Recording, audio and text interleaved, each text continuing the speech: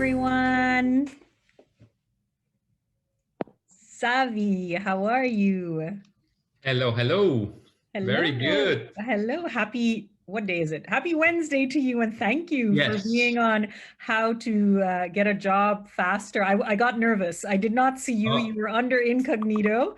And I was like, where is he? yes. That's the best way to get a job faster. You get Right, get a incognito, job, right? So, be undercover, be undercover. So, Savi, thank you so much for being here. We're live streamed on a couple of our channels. We have people joining from different countries. They all kind of straddle in within these last 5 minutes. So, I want to thank you for being on here because this is really where our community gets access to someone like you and all of your knowledge. And I'm going to ask you all kinds of questions. Are you ready to get uncomfortable with me? I'm ready for it. Yes.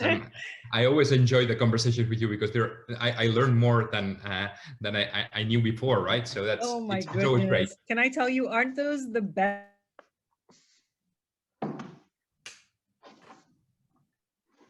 Sorry, Sal. I think you went on mute. That's the best way to start. Yeah, so I think it's the best conversations when both people can walk away from those conversations. And, we have a mentor community, and I always kind of say to everyone in the mentor community, you're a mentor and a mentee at different points. And if it's only one way, it never works. So I Indeed. appreciate that. Indeed. Indeed. Okay, Indeed. so I'm going to ask you some questions, and our audience has heard these series of questions with different professionals in different hot sectors right now, emerging sectors. So they're very excited about you and this whole sector of innovation. So the question, I think I always start with this, is so often a job title does not really explain what you do. So if your day was like a GPS map and you had to explain to everybody what you did all day, what do you do all day under that job title, under that very important job title? What do you actually do?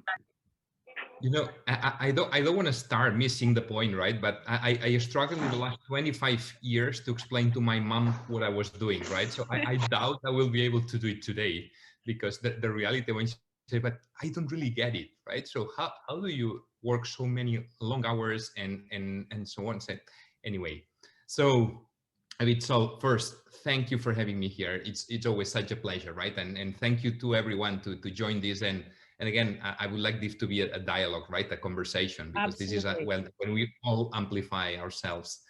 So a bit what I do. So I try to listen what clients, large corporates, governments challenges are, Mhm. and try to work with them to find ways to bring the best of what's happening across the world, bringing technology, innovation, digital elements into try to make their business and their work better, right, and more future-proof. And this is quite a task, because if we start to understand that over 50 to 60% of the companies that were in the Fortune 500 20 years ago, they disappeared. Wow. They've not been able to catch up on the digital revolution in many different reasons, right? Behind not one single, but many. But I mean, there's a lot of headwinds that traditional, omni players that they were completely protected from any impact, now are seeing, that they don't see themselves in the future the way they're working. So what took you here will not take you to the next level, right? And that's what I'm trying to help them with my team, right? Of course, it's not about myself. I have the privilege to run a phenomenal team within Accenture, but as well partners outside of Accenture that helps us constantly to really try to reimagine what good looks like for these businesses, for these governments in the future.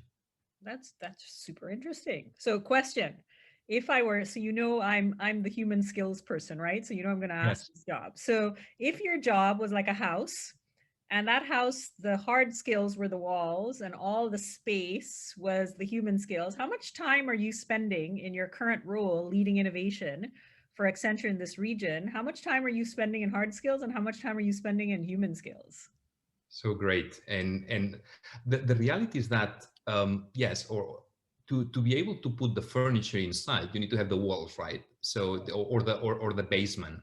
And in many instances, we find so many clients that don't have the basics. And the basics start from having the infrastructure, having the processes, having the, even the type of profiles in the organization, right? And then, of course, once you have this, which is the shell and core, that is where we need to bring a bit the culture part, and this is, I would say, the biggest of the challenges. And you What are about, really. but what about you, the person? Where are you spending your time with your team during the day? Are you in the hard walls, or are you in carrying out your job? Are you in that space? So I would say both. And let me tell you, naturally, I would love to spend more time on the human part, because Mm-hmm. this is what I enjoy, Mm-hmm. right? And maybe I can explain you later why I'm in Accenture. I'm an entrepreneur. I've built some companies. I've exited a few. So and the reality is that I like that part. I Mm. don't like the part about, the more the operating part, because I believe that I'm more. I always say I'm an engineer that has started with the left part of the brain, and I'm trying now to move into my right part, because it gives me more satisfaction, right? Which is about more the creativity, more the soft skills, and then I do spend a lot of time on trying to put the team, to build the right team and so on. But then working on the human part, I would say that this is where I'm having more fun. And I Mm. say time versus fun, right? Mm. And if I were the client coming to you, why am I choosing Xavi over, I don't know, who are some of your competitors out there?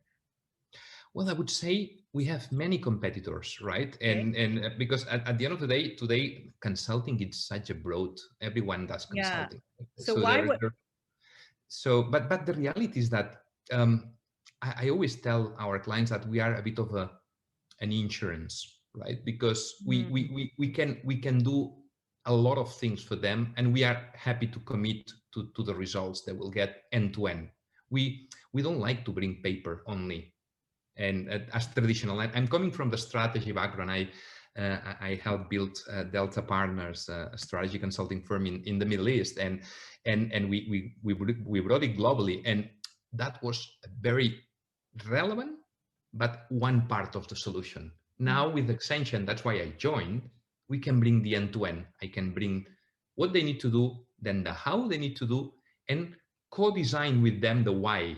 When we bring the creative people, that from Fjord, from the agencies that we have, that really touch the human part, the experience part, and especially these years or these months of that we've lived in COVID, we had to reimagine our experiences, right? Because, well, you were asking where are you dialing from, and say from home, right? So it means so. it was you. Hold on. I was going, who is that smart Alec? It was Yes, you. exactly. I was really gonna say, for 1 year, yes, I can put fancy backgrounds, but at the end of the day, it's home, right? Yeah, yeah. So my question is, you mentioned we have a lot of entrepreneurs here in the group, and your career, the trajectory of it is very diverse in different domains. So, a lot of times, careers, those of us who have depth and expertise in other areas, we tend to bring a new view. What is it that you took from your entrepreneurial journey that you now bring that kind of is almost like your edge, you would say? Yeah, let me start a bit earlier. Look, I come from very, very humble origins, right? So a son of a baker, Hmm. a small town baker. We worked when we were kids, helping the family to run the business. And since day one, me and my brothers and sister had to reinvent ourselves every day, right? And it's not that much of a survival game, but it was a constant challenge to get to be the first ones in the family to go to university, right? No generation before has ever gone there. So this journey starts and builds the DNA, Hmm. and I think that is making me every day reinvent myself. So when you say what took me here, well, I think it's all the sum of the things that happened before. it's not by any chance that I got here, right? And of course, luck is there, and there is spontaneous reactions that came to mind and happened. But the reality is that it's a confluence of many situations of the past that brought me to decide after, helping set up Delta Partners, building it, then building a startup, fintech startup with the World Bank and so on, and then saying, okay, now let's go into a 500,000 people startup company such as Accenture, right? So, and how can someone like me have fun there? And because there is a bit this entrepreneurship as well. It's more entrepreneurship, but there is so much space to be done, right, in this, and to create an innovation. For me, it's a fantastic space for this. Wow. Wow. I love that. Son of the baker and now leading innovation and etc. And you come from Spain, right, Xavier? Yes, I'm from Barcelona, die hard from the football team in Barcelona. So I love Messi. So if you want to talk football, I'm ready for that. Hold on. But And what was the bakery called? yeah. Do you remember the name of your family's bakery? Oh yes, El yes. nombre? Confiteria Figueras. Ah, Confiteria, which is bakery, uh-huh, Figueras, and this is the name of my grandmother. That uh-huh. basically it was a very old business, right? 100-year-old business that father to son went through, and well, we inherited. I need to tell you, I'm extremely poor baker, so don't ever challenge me about doing a cake now because I would miserably fail, right? And And hold but on, that's very strange for an engineer, right? Because baking is very precise and engineers tend to be very precise. So what happened?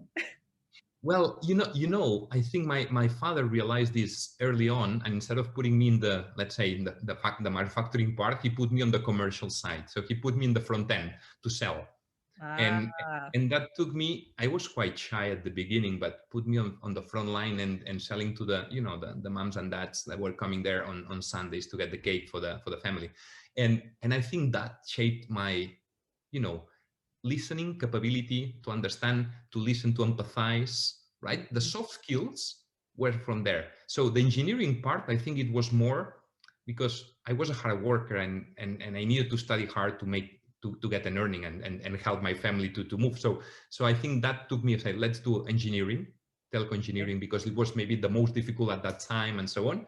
But rather than because I was really passionate about, I didn't know where I was going. So let me ask you a question. If I were to say to you, tell me what is that one human skill that you can say, if you look throughout the trajectory, you're like, that's the thing. That's the special Xavi secret sauce. What would that be? Well, there's a few, but to me, empathy is a Mhm. common denominator across, right?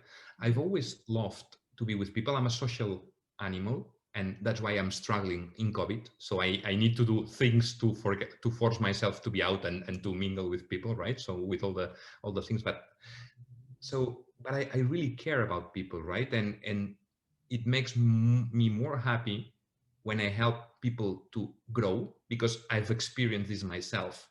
And I had some helping hands in the journey, by the way. So nothing was only by me. So there was a lot of people in my ecosystem. We didn't call ecosystem back then. Now today, everything is an ecosystem. Back then, no, was my friends, some colleagues, but that helped me grow. And today, I like to help people grow. That's one passion I have. So, I have a question for you. It's so hard for so many of us. It's so hard, Manisha. I think we just need to make sure everyone's on mute. Thanks. Zavi, so it's so hard for so many people who are struggling, and it could be that it could be your first job, it could be you're transitioning, you've been in a career for 10, 15 years and the world is changing, and it's so hard to ask for help for so many people. What advice can you give in terms of asking for help? Whether it is you're a 50-year-old or a 20-year-old now starting out, what would be some advice you can give the group? Sorry, you cut a bit. 1 second. Could you repeat the question, Sally? Sorry. Of course. So it's very difficult for many people to ask for help. Mhm. Sometimes it is, I'm going to disturb that person. Sometimes it is, that person will not have time for someone like me. Sometimes it is, I'm already 10, 15 years in my career. It sounds very weak, me asking for help. And, you're like, very much, I would like to think I'm that way also, of where I'm available for anyone if you ask me for help. But what advice can you give in terms of the group of, if someone wanted to approach you to ask you for help, what would be the best way for them to do that, Xavi? Well, to me, I do believe in Darwin theory, right? So people need to try. Hmm. So you have the no before you start. The yes may come. Hmm. So and I think you need to jump the bridge, right? And try it. And what I do in my team, and I run quite a large team here in the region, and Hmm. uh, I like to take any new joiner and proactively approach them, right? Hmm. And for instance, these days of COVID, I was trying to every day I was calling randomly 2 or 3 people in the team to say, hey, how are you doing? Just that, no agenda, no topic. Say, Sure. how are you doing? To make sure that they understand that we are there for them, right? Sure. Then, is it always the case? No, because we are overwhelmed. We have a lot of work. We have, but I mean, people need to do the step. I think more times than less, there's going to be people willing to listen to them, right? Okay. How often is barriers we've created artificially Hmm. about they're not going to listen to me, they're not going to be, so try it. And maybe, Xavi, that's what I did with you, huh? So everyone, Xavi and I were sitting on a group together. We were sitting for the Dubai Expo on a talk together, and I bold-faced went and stalked him. and listen, and since then and more to come, right? It's Absolutely, always, absolutely, absolutely. No shame at all. I'm just, the worst can happen. He's going to be like, lady, stop stalking me. Right, in Spanish, in Espanol también. So Xavi, your team, you talk about having these large teams. What do you look for when you're hiring team members? And what's the thing, what do you look for? First question. And second question, what is the thing that you see that there's no way I'm going to work with that person? I'm not going to hire that person. so to me, the first and foremost thing is that if they have, so how they are on the soft part of the skills. Mm-hmm. So you know, I've interviewed hundreds of people over my life, right? So I just I'm very selective, and in 2 minutes I know if we're gonna click with that person. I don't need an hour, Mm-hmm. because to me I like about how the person communicates, the emotional distance the person brings, right, or proximity. Mm-hmm. And and it's a bit this social emotional intelligence, right, about the capability to build bridges before there is even a distance between, right? And this is because at the end of the day we advise clients, and clients come from all walks of life, and you need people that are absolutely capable to maneuver where they sit to adapt to what the client wants to be, and listen. So listening is as well something I really look forward a lot on my team, because we tend to have more talkers than listeners, right? So some of these things are you wouldn't see many, and I need to tell you that these have changed. In at my early beginnings in consulting, I was doing a lot of mathematical tests. Everything it's case based, right? In consulting, so you know, testing, problem solving, and so on. Today, I just moved into the other part, because that has always proved that I build better teams if I find these profiles. Mm-hmm. Mm-hmm. Okay. And what is the thing that once as you see it, you're like, that's not for me? Is there a particular thing other than the listening? Is there something that you can feel and you're like, it just for the type line of work in consulting? Yes, to me, I'm a big fan of the we versus the me. Okay. So, and I spot this in minute 2 as well. So often people come and amplify everything about them Mm-hmm. rather about everything that they've done around Mm-hmm. with others, right? So, and it to get to the right solution to the problems our clients or the humanity have, it's not about me. We start by me, but it's a we solution, right? So I try to spot a lot about that, right?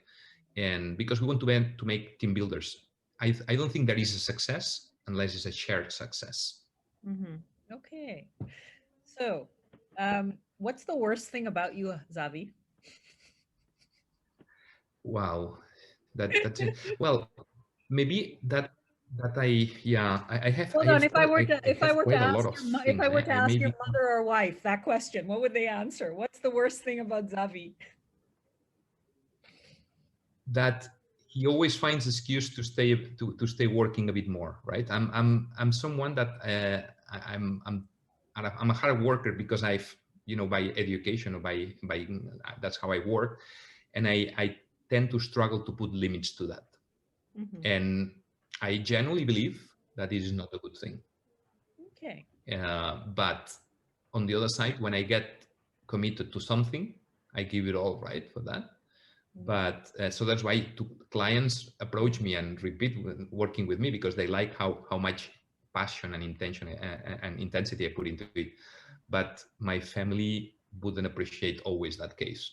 And to me, the clear case is when one anecdote. I was when we were building Delta Partners, I was all the days traveling everywhere. And I recall once I was not traveling by chance that day, and my younger kid was in the garden seeing a plane and pointed up and said that, right? And I Xavi, you're breaking up.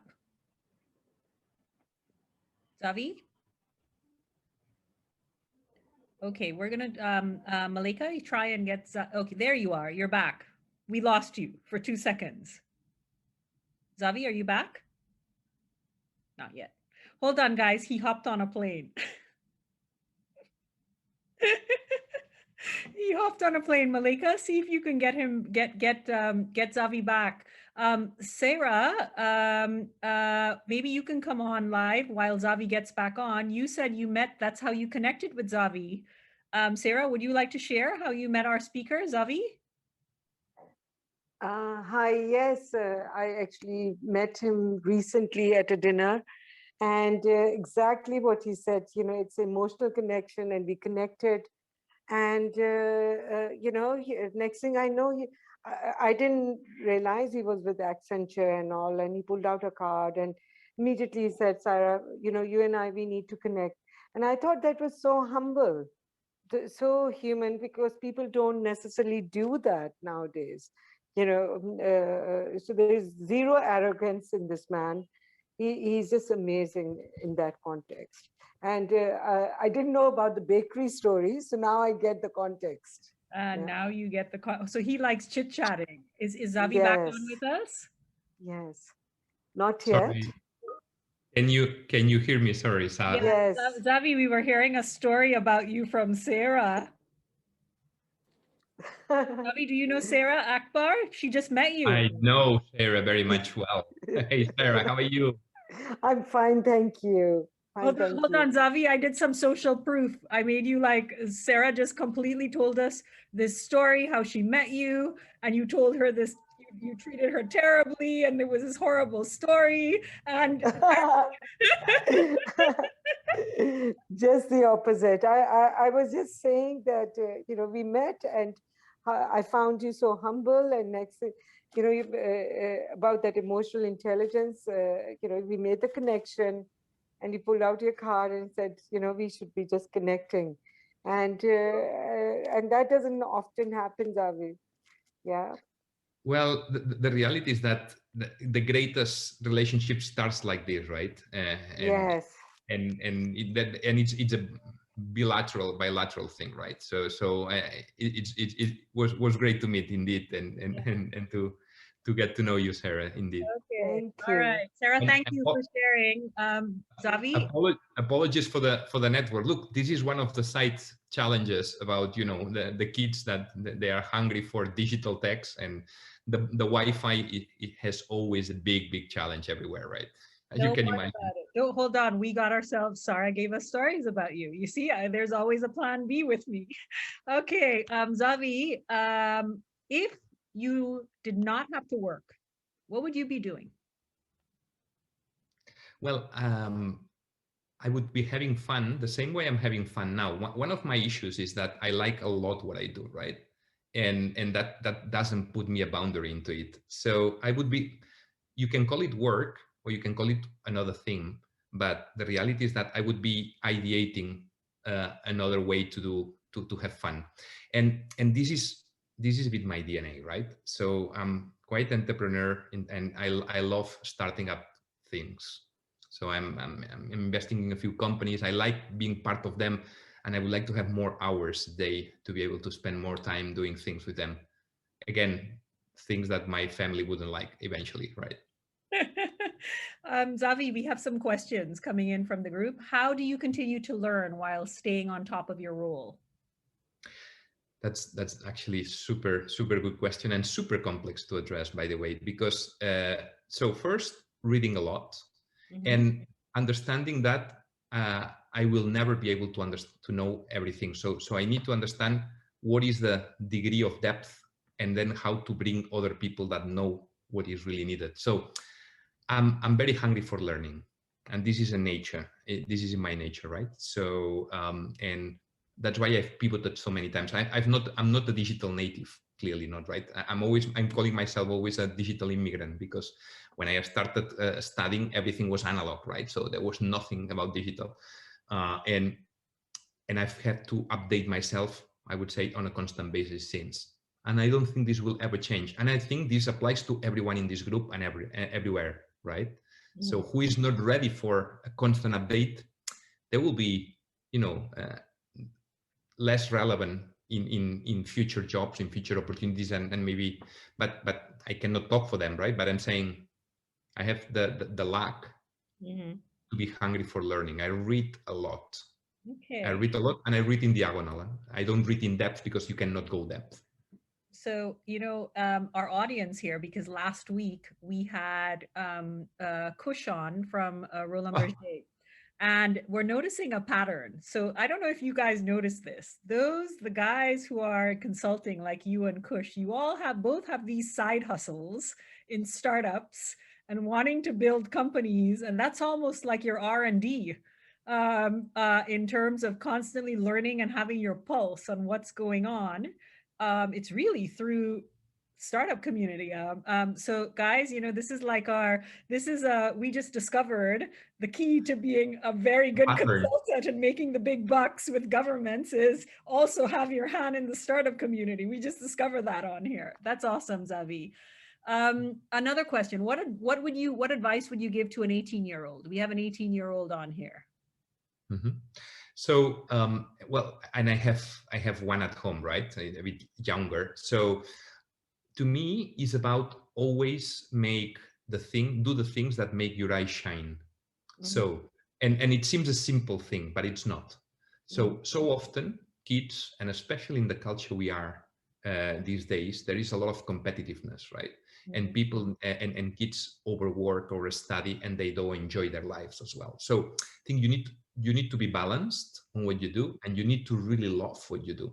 And I always say there's 5-10 different things that will help you progress, but the reality, you need to differentiate very well in one or two.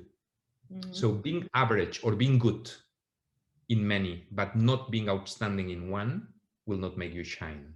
So I always say, pick your battles well, make sure that you do the carpe diem. So enjoy the moment at every moment. Don't wait it for when you get retired and so on. No, it's not about that.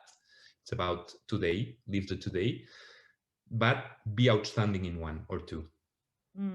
Okay, I like that. Other question, what are the current changes that's happening in Accenture right now that excites you? Well, the current changes is that it's a never-ending change. And we... Hold on, we have one person. Please go on mute. Okay, let's continue, Xavi. we just launched recently a bit a new reshape of our brand and our theme, and change is the mainstream. And this is reality, because the world has experienced a massive change in this, but the change we're seeing today is never going to be this slow in the future. So everything that is impacting us is accelerating every dimension of our lives, our business, our jobs. So what I'm saying is, yeah, everyone needs to be ready for that change, right? And an 18 or a 60 old person need to be hungry enough and ready enough for change, right? Yeah. So if anyone here wants to get a job at Accenture, how do they get a job faster at Accenture? What is the fastest route or departments, or what would you give them in terms of advice of anyone wanting to come on an Accenture? First, I think what I mentioned about where are you unique. Mm-hmm. So when I built Accenture Digital here, it was not about building the traditional consulting firm. We needed to look for brains that could create experiences such as the one we developed for Expo and so on that are not seen. So really, really unique people in the way they think, the way they act, the way they. So this is one, but it can be technical people. They are great people, programmers, and skilled data scientists. We have amazing data scientists, or virtual experience architects, let me put it this way, or AI trainers for the ones that train the robots, the bots, right? Because this is needed. These are so people that, and this is very left brain. So because you to train a bot, you need to understand better software, the inputs, the outputs, and so on. So, I mean, be absolutely genuine with who you are, what you like, and be really clear at explaining that. How often you receive CVs that after 5 seconds you drop because they don't outstand on anything. Yeah. Right. Okay. So I can tell you what you're saying in terms of left brain. I remember when I visited Accenture in London, and there is this kind of co-working floor. Yeah. They were doing all kinds of AI stuff, and I literally sat there all day. I was just so excited to be around all of them. They were like, "Lady, you came for a meeting. What are you still doing here?" It was just incredible. So I'm going to end with this question. Do you think Barcelona will progress to the next rounds tonight? That's the question I got. Do not take me there. Do not take me there, right? So listen, what I think or what I would like to, right? So it's a very difficult catch. So I doubt. I honestly believe it's not going to happen. Yeah. But I would love it to happen, right? But there's many reasons to tell me that it's not going to happen, right? So it's a very tough cookie to buy. But again, I'm a diehard Barca, so I'm going to be behind that. Yeah. Until the last minute, right? But PSG. And I have a question someone has asked a couple of times, so I'm going to make sure I get it for you. How have you made serendipity work for your career? Sorry, again? How have you made serendipity work for your career? And I don't know if you that word in English, you understand, Kritika? Are you on? Can you explain to Xavier? Yeah, I can. Can you hear me? Of course I can, yes. Okay. Hi, Xavier. I'm just loving the conversation. So what I meant was like, have you experienced the power of unexpected in your career? Like random occurrences, and how have you creatively used them to grow your career? That's what I meant. I love that question. The reality to me is that, as I mentioned, that I'm an engineer, but by error, by mistake, I would say. I like more the creative part, the unexpected part. So, and I like to take risks. So I think that, and a bit of a hunger for risk taking, has taken me to where we are. Did I make all the right steps? No, I can tell you.